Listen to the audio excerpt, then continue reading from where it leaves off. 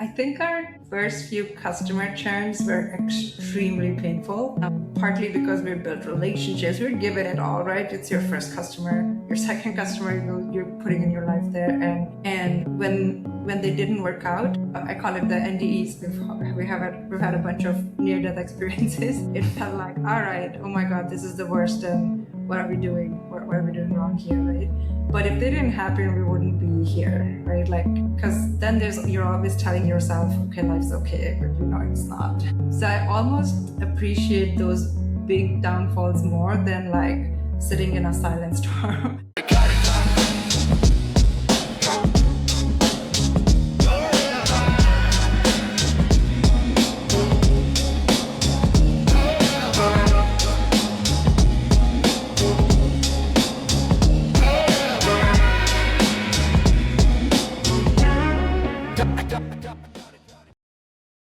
Hey everyone, welcome back to the Ignite podcast. Today we are delighted to have Neha Mittal on the program. She is the co-founder and CEO of Just AI, a portfolio company and fair disclosure of Team Ignite. So we're really excited to sit down and talk to her. Thanks for coming on, Neha. Yeah, thanks for having me, Brian. Well, I'd love to start with your background. What's your origin story? Yeah, original, like where I started my career.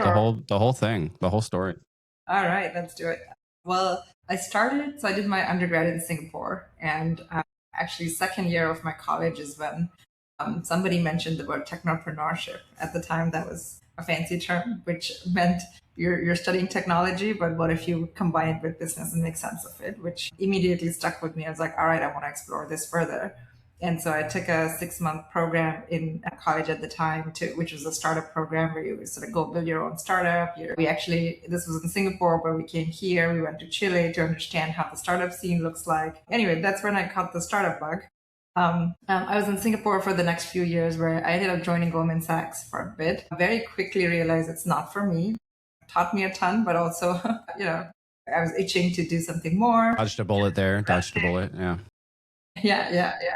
I had the same experience 20 years ago. I don't recall if you recall that, but I worked really hard to get to Wall Street, and then I think I was all gassed up by like the 80s and 90s like Wall Street movies or whatever, and I grew up poor and I wanted to be rich, and so I worked really hard to get to Wall Street. And I was like, this is not it. This is not the way to do it. It was like the most prestigious job out of college, and everybody's like, yeah, it's Goldman. Yeah, your parents are so proud, and like. Your friends are like, Goldman, wow, amazing. And then what was the reaction when you actually left? You're like, I'm going to leave. Yeah, no. So it was very interesting because in 2 to 3 years, I was so on the edge. At some point, one of my colleagues from college, he reached out and he's like, we're starting a company. We're a month old. We're 2 people. Do you want to join us? By the way, you'll just take like a 60% cut in your salary. And surprised I could even pay you, right? And I'm like, that all sounds great.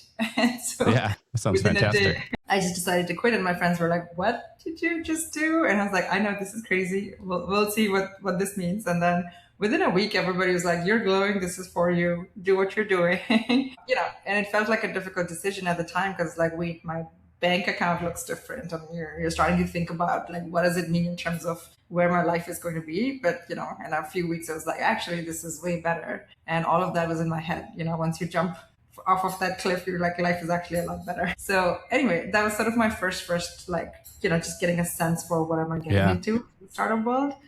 But very quickly from there, I was like, actually, I want to do my own startup, and I want to do it in education tech. I was very passionate about that space. Explored Singapore. There wasn't that much going on in edtech. Also, education tech, now I know, is a very, very hard space to crack. So that's when I moved here to Silicon Valley. I had a master's offer from Berkeley, and I was like, all right, perfect way for me to get into Berkeley, but also explore the startup scene. So I rejected that fun fact. And because I wanted to do the startup stuff in Singapore.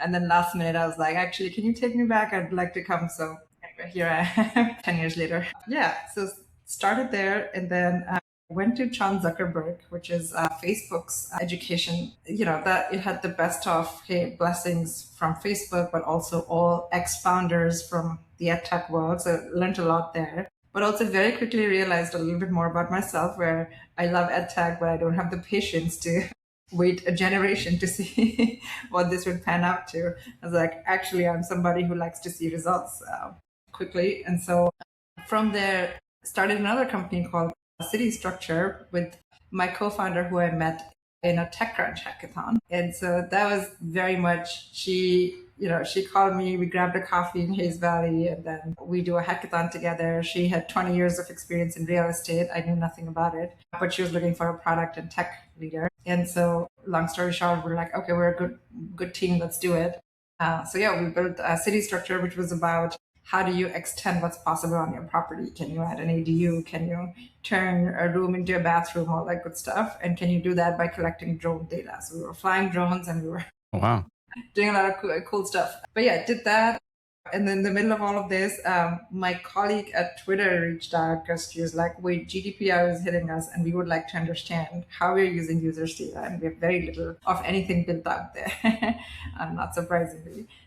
So it felt like a good 0 to 1 role for me to explore. And so I ended up joining Twitter then, built out that team from scratch. We were 2-3 people when I started. And the time I moved on from that team, it was like 100, 200 people. So that was good. And then as I was doing data stuff, the growth team reached out saying, hey, we need a more data-driven approach to how we're doing growth. So that's how I went into the growth world within Twitter. That's where we started to see the roots of what Just AI has become today. It started with, we were seeing, hey, we need our DAU numbers to go up every quarter, every year.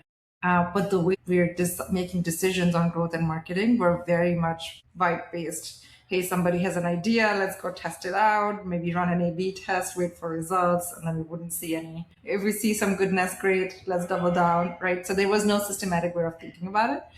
And we started building a software to solve for that problem, which eventually started proving 15-20% movement in the DAU numbers. And so anyway, we would joke about it. We would joke about, hey, we should build a company around this. This is a cool product. But everybody was very happy with their large salad bowls, and Twitter was a very, very happy place, as you probably know. Until Elon acquires Twitter, we reset the culture altogether. This is interesting. You're kind of breezing by a lot of cool things. One is like you're at Twitter pre and post Elon, right? What was that transition like? I do recall talking to you about that briefly when we met, but that must have been like like hunkering down for a tornado or something. Yeah, I feel like we all went in so naive. Like we were so naive about the whole acquisition. We're like, all right, it'll be fine. It's fine. Yeah, Elon's a great operator and like it's going to be fun. Yeah. He's going to come in and revitalize the company and And also like who can change the culture of a company it's so hard. Even in the startup, I'm like, I want to change one thing. It takes time to get the team around it. But for what it's worth, he reset the culture within 2 days. Wow. It was a different company. So it was a lot of introspection for me as well, in terms of understanding how to sort of separate work and facts from emotion. Like Twitter very much worked like, oh, we're a family and everything is all good vibes. And then, it turned around into, no, we're a business, go home, right? Right. So I don't know. There's a lot. I can talk all about it for an hour. So that could be an hour in itself. Yeah. And what was the Berkeley connection? I went to Berkeley for grad school, so I have to ask that. Yeah, so I did the information systems in Berkeley. Oh, okay, yeah. And Kim, who also did that program, met me for a breakfast or something at a random, just a meetup. And then that's when she was at Twitter at the time, so she was like, "Hey, come join us." And so yeah, well, I love that. I love the story. Before we get to Just AI, of this process of self-discovery. And for anybody listening who's younger in their 20s and kind of that first career that you thought is not turning out the way you thought, don't be afraid to look at yourself in the mirror and kind of realize that and take a plunge towards something that's more interesting. And it's going to be scary and you're going to, lose a lot of salary. But what comes out on the other side is much better. It is. And I think now that, I don't know, I'm older, I guess, I realize that there's only so few people who are hungry and ambitious and, they're curious. And if you're one of those people, you got to go do it, right? Like if you're the people who are going to build big things and bring innovation, right? Like, so I don't know. And the rest doesn't matter as much as we think it does. All the like your bank account numbers and whatnot. So tell us the origin story of Just AI. It sounds like you had the embryonic idea while at Twitter, maybe? Yeah. So at Twitter, we had a version of what we started with, which was, hey, what if we like change copy in our push notifications and do it sort of iteratively and see what we'll get out of it. We didn't obviously have LLMs like we do today. So It started there. And that's how actually in January of 24, well, there was a little bit after Twitter as well. So after Twitter, I ended up going to Pinterest. Very similar projects and problems are around personalization of marketing messages. That's when I was like, all right, I can see the patterns come together. This is clearly a pain point in large companies, not scaled enough for a non-technical user like a marketer or a product manager to use this at scale. So, and then because of the whole Elon effect, I guess, a lot of my colleagues at Twitter had left and joined other companies too. So, I was meeting up all of them. They're like, yeah, we haven't solved this, that, I don't know, this company, or literally every company. And so it's like, all right, we're yet to find out what AI can do, but it sounds better than crypto at the time. And so that's when I was like, all right, we got to like figure this out and take the plunge. And so January of 24 is when we started the company, joined by C, and started with the idea of, hey, the vision is every company will inevitably need personalization in the AI world because AI slop is going to be real. When they do, they should go through just AI models to make sense of it. So every single message will be personalized through our company. So yeah, funny enough, it's the same vision, right? That hasn't changed, right? But when we started with a very small wedge. We said, okay, we'll just do copy optimizations on your notifications and do it such that we apply reinforcement learning on one hand, so you know what user should get what message, but also over time feed it back into LLMs to create a predictive loop for your users. Yeah, and paint a picture for a lot of people who don't know about lifecycle marketing. What is lifecycle marketing? Why is it important? And what were the tools that existed? Because that's what we were geeking out about when we met. Because I was a Marketo certified expert 15 years ago, right? And we used to do all kinds of smart lists and Marketo and try to segment the audience in such a way that we would kind of fire off these rudimentary targeted emails with just slightly different copy. And it was a lot of doing it by hand, frankly, paint a picture for us why this is important. Yeah. Okay, let me maybe talk through where Lifecycle comes in for our business, and then let's talk through the stack that has evolved over the last few years. So Lifecycle, it comes through when let's say you are Notion or any sort of like PLG company for that matter. And you're saying, look, I've got an inbound, I've got users coming into my platform. But once they do, how do I now understand how to activate them? So how do I tell them what is Notion about? How do you use it and whatnot? Then you start to think through, okay, they've created a page on Notion, but it's been 2 weeks, they haven't come back. Can I introduce them to new tools? Can I re-engage them, right? So that's re-engagement. And then you start to think through, all right, they've been using Notion as a free user. It'd be nice if they pay us, of course, so we can grow our business, right? And make them power users. And that's where retention, monetization, upsell, and cross-sell things start to come in. So in the large funnel that you're looking at, Lifecycle comes in not at the top of funnel, but once you've got your user, how do you make You're trying to activate them, basically. You've acquired them. If you remember like Dave McClure's pirate metrics, Yes. What's the first one? It's like acquisition, and then it's activation, and then it's what, retention renewal revenue, something like that. Yeah, exactly. So you're trying to, a lifecycle comes in when you're trying to activate them, you're trying to renew them, cross-sell, upsell, those kind of things. That's right. Yeah. And another thing about growth is it takes 7x more money and effort to acquire a new user than to retain them. So that's why the retention loop is super critical for companies, right? This is a key thing. It costs 7 to 10x more money to acquire a new user than just to keep the ones that you have in your database and activate them and cross-sell them and renew them. Yeah. That's huge. Yeah. So it's a big problem that almost everybody has, especially if you're PLG. Yeah. Definitely PLG. And to be fair, in other motions as well, right? Like even us, we have to start thinking about, all right, we've got X number of users. We want to continue to educate them on everything we're shipping, right? And things like that. So yeah. And then, so now how do you engage them? That's when some of the channels come in where we talk about emails and push notifications if you have an app, or SMS messages and so on. You'll know more than me on this, but I know we started with spreadsheets. We're still on spreadsheets. Wow, impressive. We started with, hey, we just want to send out an email. Here's a list of users, and let's send out an email on our calendar-based motion, right? Every couple of weeks or every week.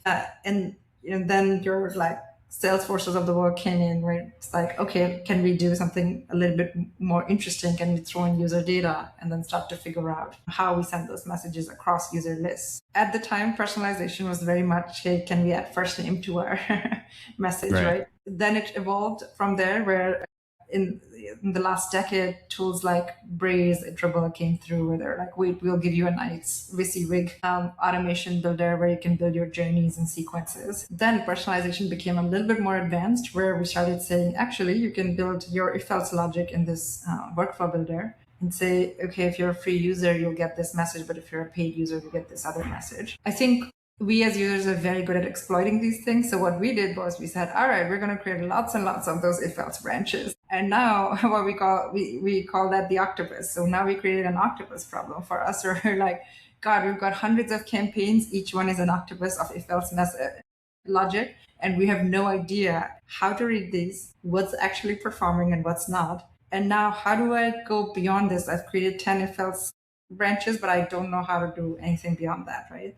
And that's where it's really, really powerful to see AI come in, because we're saying, wait, can I give you hundreds of user signals and can I tell you what my goal is? And can you just like run with it, right? And so that's sort of the next wave we're looking at. And we know it's coming. It's going to be who does it. And I'm sure there'll be a lot of players in it, but that's sort of the future. Yeah. So it's finally fulfilling this promise that we, all dreamed of, 15, 20 years ago, of the right message to the right user at the right time. Right. And the way we did it before was creating this octopus. And now with AI, it changes the game, where you can actually send that right message. So how do you guys really rein in and harness the AI to do that? Right. Because the AI can go off track. It can hallucinate. How do you make sure it's saying the right thing at the right time to the right person? We had to build those sort of constraints up front, even like the very beginning, where we were saying, look, we're going to work with very, very large companies. How do we make sure their brand is in place? AI is not going in the wild and doing things that it shouldn't. So the first thing we did was to separate out the motion of creating content that's visible to users from actually running any decision engine on it. So what that means is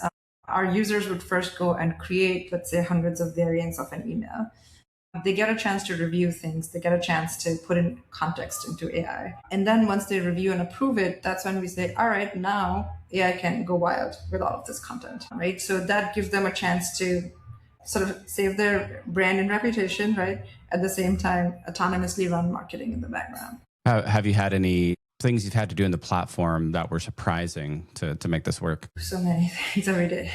That's the fun part of it. Well, early on, I think the big things are around AI is very robotic, right? Like it's not there yet. Lots of iterations on improving it. I remember once we were doing a Korean version of a message, and it said something like "Hate Korean men," which if you translate it, and there are things like that. And we're like, okay, we want to do localization, but we need so much context in there. The second piece came down to, we want this whole like magical AI world, but actually when we start using the tool, we care a lot more about visibility and explainability than the whole AI magic. So the fun things we're seeing in the last year or so is sometimes we show great numbers. It's all like green and you're seeing so much lift. But if you're not able to explain why those numbers are showing up, we're not happy. Like nobody's happy, right? On the other hand, even if numbers don't look great, but we have a very clear understanding of why that happened and how do I take the next action to improve it, that's a lot more powerful, which is not very well understood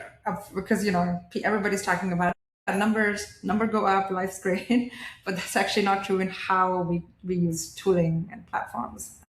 Where, there's this phrase, it's kind of funny. And I worked in marketing for a long time in ad tech and sales tech, martech, marketing ruins everything, what does, and another thing that's happening, I think, is, automation and AI create new forms of scarcity. Where do you think where is the scarcity in marketing these days, now that you have AI that can, do that one-to-one touch that we always dreamed of? So you mean, where are the things that we don't need effort in that we did in the past? Yeah, like we kind of it sounds like we've kind of solved this problem with platforms like yours, right? Where we can actually personalize this at scale. Where's the scarcity now?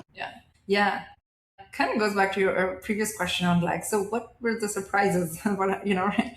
So one of the things that we did was, hey, AI can optimize at scale. Throw in all your campaigns. We had a company running literally hundreds of campaigns and thousands of variants of a message, and AI was like running at scale.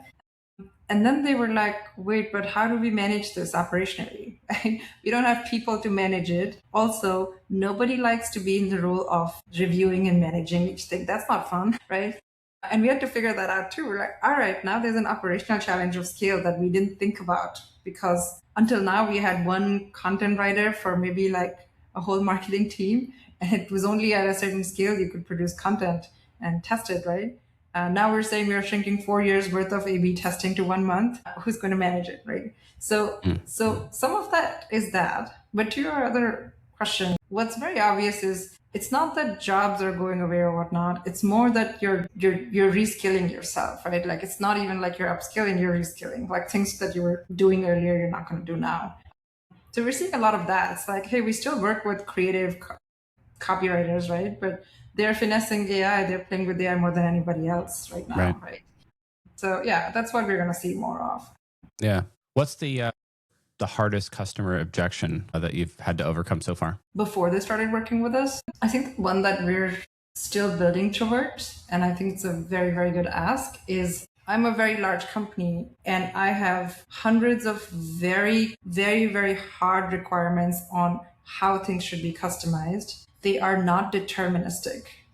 I cannot give you a list up front. They're not generalizable. That means you cannot just build a SaaS software for me, figure it out, right? Like that. So that's just to put that in like a real example. They might say, look, I need to make sure that I want to send out an onboarding journey, right? So I want to send out maybe 7 emails in the next 2 weeks, but I need to make sure that whichever email you pick, the subject line for the first email has to be welcome to, I don't know, Notion, welcome to Coursera, right? But by the way, if you're targeting a user in San Francisco, always make sure you give them this discount. And because our product works a certain way in Singapore, make sure that, you talk about our product a certain way.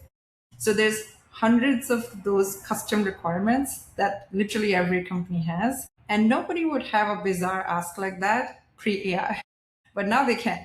Now it's like, wait, can AI make us builders? And if it can I produce all that custom logic? So that's the one that we've heard enough objections on. And I think, and like in a good way, right? It's like, all right, let's build towards it.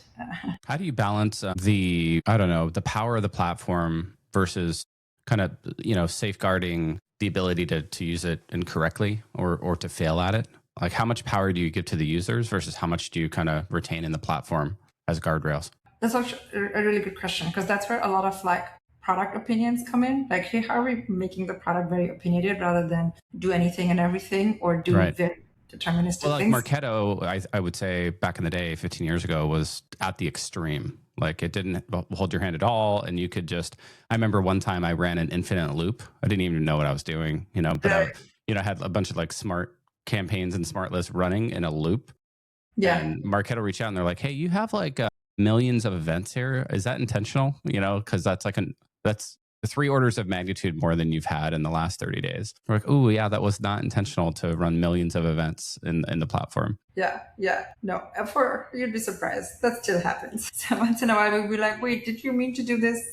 We're trying to just like optimize your setup, but we see you're like sending out 20 emails in a day and they're like, wait, what? So anyway. But to your question, there's a ton of guardrails we put in with regards to at least 2 different things. One is, again, around anything that's visible to your end users.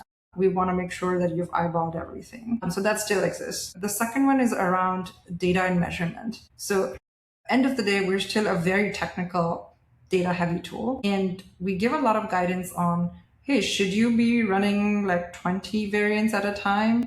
If you have 100 users coming every week, probably not, right? Like, so things like that. And then what kind of metrics should you be worrying about? Like if your conversions are maybe one conversion a week, not a good idea to run optimizations on that metric. So things like that. What does the marketing team look like now that AI is sort of, infiltrating the department? I mean, I haven't run any marketing teams in, 12, 13 years now. And I built marketing tools for years. But yeah, well, how is it changing how marketing is run on the ground? There's two very interesting changes I'm seeing. This is from the last 3 months, so you'll probably hear a different answer in 3 months. The first one is Lifecycle teams specifically, so teams focused on retention and activation. They're moving closer to the product teams. Like literally some marketers are now called product managers or they're sort of rolling into product. And that's only to say, hey, like it makes sense. We're automating more workflows, right, within the company. Let's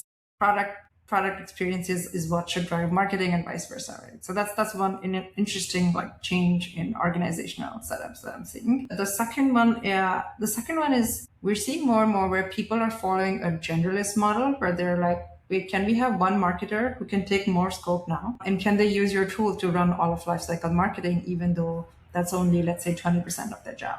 And that's very close to the vision that we had a year ago, where it's like, as a 1 or 2 people team, you should be able to run all of your lifecycle marketing with this tool and then show clear movement on revenue.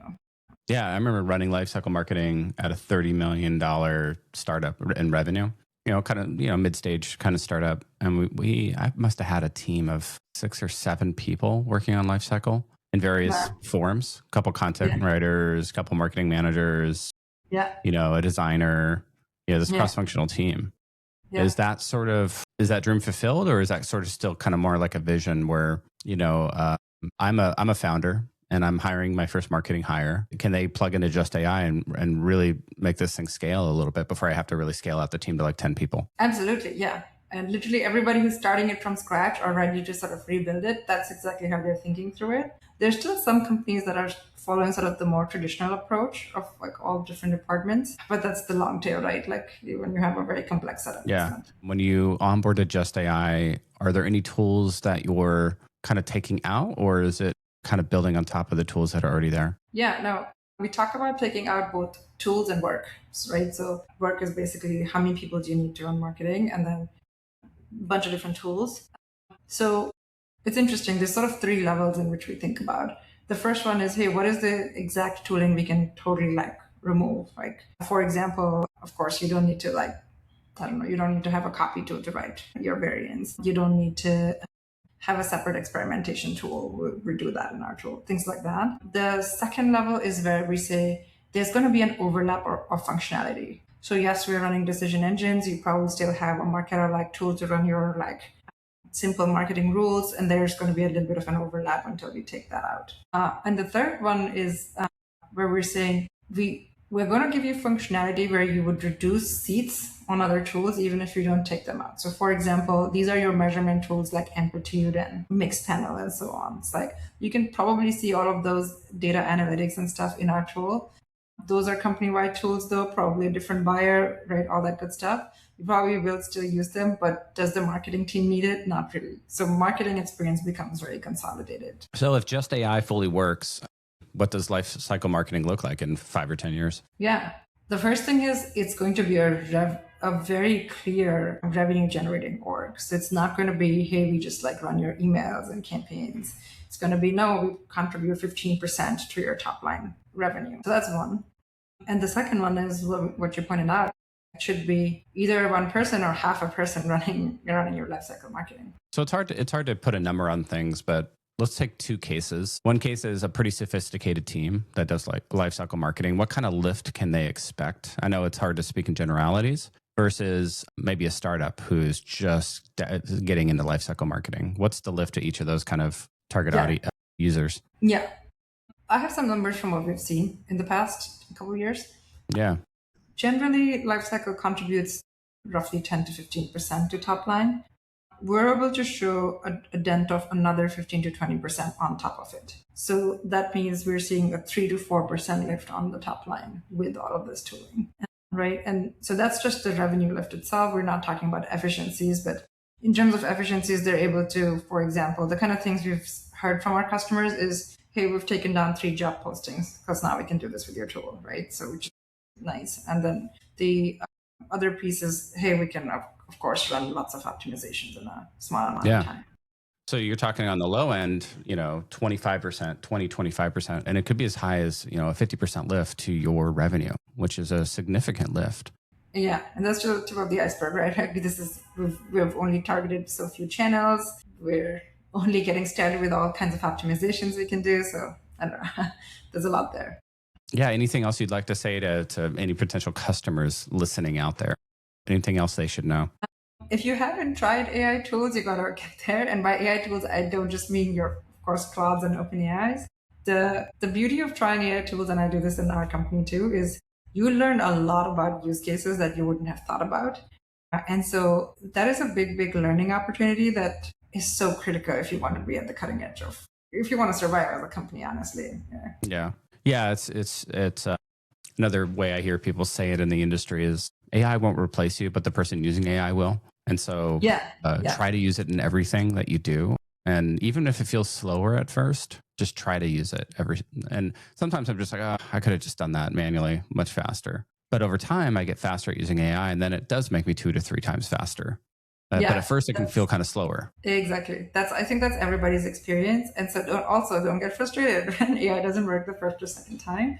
That's also a learning moment for you to know where it doesn't work, and that's okay. But yeah. We'll also wrap up with some rapid fire questions.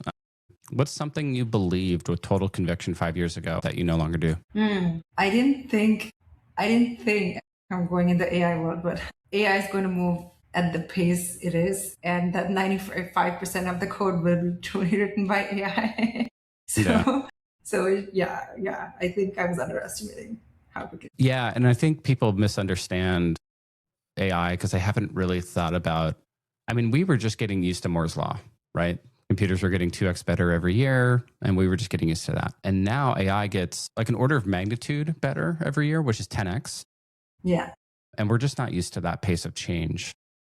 Yeah. I think if you're like a singularitarian like I am, I read the Singularity is Near, 20 years ago now. I've been, watching this ramp and I've been working at AI for 15 years. So I've been kind of watching this ramp happen, and it's not surprising at all. And I can see the day 3 to 5, 7 years in the future where there are just solo founders who run everything with AI, and you're literally just talking to your CMO agent and your CPO agent and your CTO agent, and you're just managing this like swarm of agents that manages another underlying swarm of agents, which sounds just completely sci-fi. Oh yeah. And then what's your timeline again for it? I would say fast would be the next 3 years and slow would be 10 years. Yeah. So somewhere in there, 3 to 5 years. Yeah. The next generations will have a very different experience. Yeah. Yeah. What's a popular idea in growth or life cycle marketing that you think is quietly wrong? The idea, this is weird that I'm saying this, but the idea of one-to-one personalization is not well understood. It's not wrong, but it's what people understand is not rooted in how technology works sometimes, and that needs to be corrected. Maybe pull on that thread a little bit. What do you mean? Yeah, so people assume one-to-one personalization today is going to be given a user, I'm going to figure out the best message, right? Like that's sort of their understanding.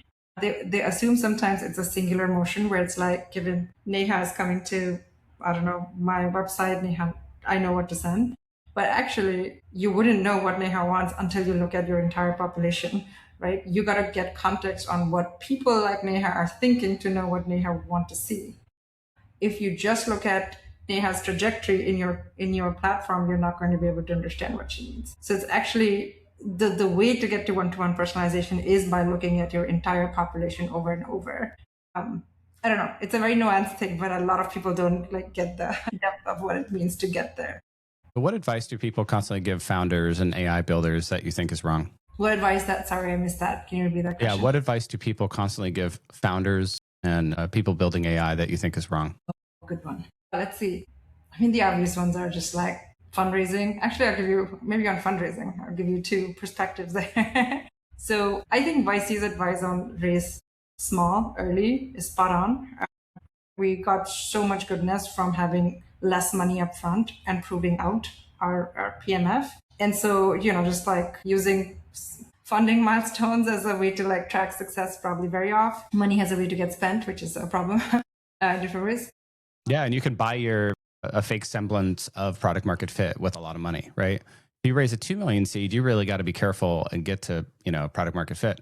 But if you're a 10 million seed, you're like, oh, I can just like throw some money at this thing and make it look like product market fit. And it's not, and if you think about execution, you're thinking, well, how am I going to deploy this money? Oh, let's hire a team. Okay, nothing wrong. But now you've got a 10 people team, maybe more. And now you're figuring out communication gaps. Everything moves slower. It already, for us, as we scale our team, I was literally talking to my co-founder. I was like, we used to build much faster 2 years ago as a 2-people team would happen. Right. Right. So it's all of those things. When you've not figured out where you're going and you have a large team, good luck creating focus and clarity. Right. So anyway, so that's that. But there's a flip side to it too, which we learned as we sort of did our journey after YC, where it's probably not a good idea to wait too long to like hire and scale your team. So YC was very like against don't hire too quickly, right? To a fault. And I think we struggled with the other side of it where AI is going so quickly that we don't have the luxury of, like waiting and hiring. And I wish we had done that better in terms of sort of getting a gut check on like, okay, when should we scale and how quickly should we start scaling? What is a failure you're grateful for now, but you hated at the time? These are good questions. So not my first podcast. I think our first few customer churns were extremely painful. Partly because we built relationships, we're given it all, right? It's your first customer, your second customer, you're putting in your life there.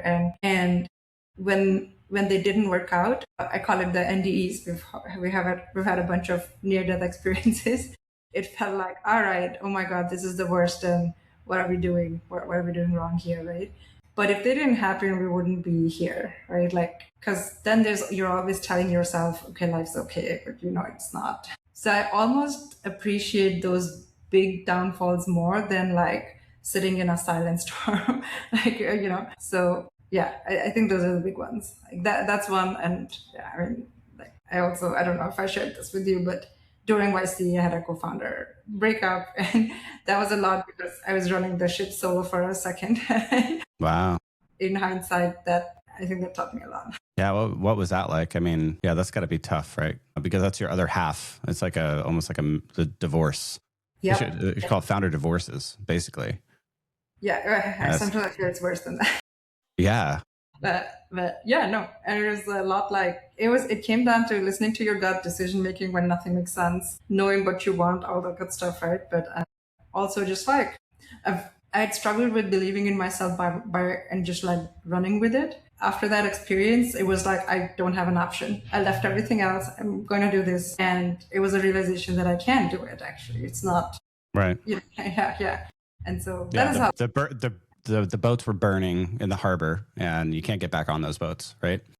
Yeah, exactly. Yeah. So better make this work out. Yeah. And everybody else is going to be like, the optics look bad. No, not today, of course, for the right reasons, right? And you got to also like shut down all of that and just focus on the right things, like build a good product, get your first customers, all that good stuff. Yeah. What are you excited about over the coming years? I feel extremely grateful and actually very privileged to be in the heart of San Francisco and building an AI company at the right time. I feel like 5 years later, people are going to look at us and be like, you were part of that era. That new wave, yeah. Yeah. Right place, right time. Yeah. Yeah. Like building a mobile app in 2009, Exactly. Yeah. So, yeah. I tell that to my team too. I'm like, if you can do it, if you have the luxury to, because I know not everybody has the privilege to be here and do this the way we are, you got to do it. But anybody can come. We're very welcoming here in California. Come and build something. Yeah, come and build it with us, by the way. We're still hiring. What do you want to be remembered for? But I want to leave a legacy behind. If I get run over by a bus, right, at some point, I would like the company to stay and do great things. And that's very exciting to me. And it doesn't mean that it has to be a Facebook or whatnot. It could be serving a village of 100 people, but if it's serving them right, I think that's very powerful to me. Yeah. Well, really enjoyed the conversation. It's always good when I sit down with one of my founders, and I'm glad I made the investment. So yeah, very happy to be on the journey with you. Where can folks find you online? Well, you can find me on LinkedIn. I'm there quite a lot. But also, if you go to our website, getjust.ai, and hit the first CTA that you see, it'll take you directly to my calendar. You got just.ai. It's getjust.ai. Getjust. I was like, wow, you have just that's hard to get the 4-letter domains. But yeah, getjust.ai. Thanks so much, Neha. I really appreciate it. Awesome. Thanks, Brian. Thanks for having me.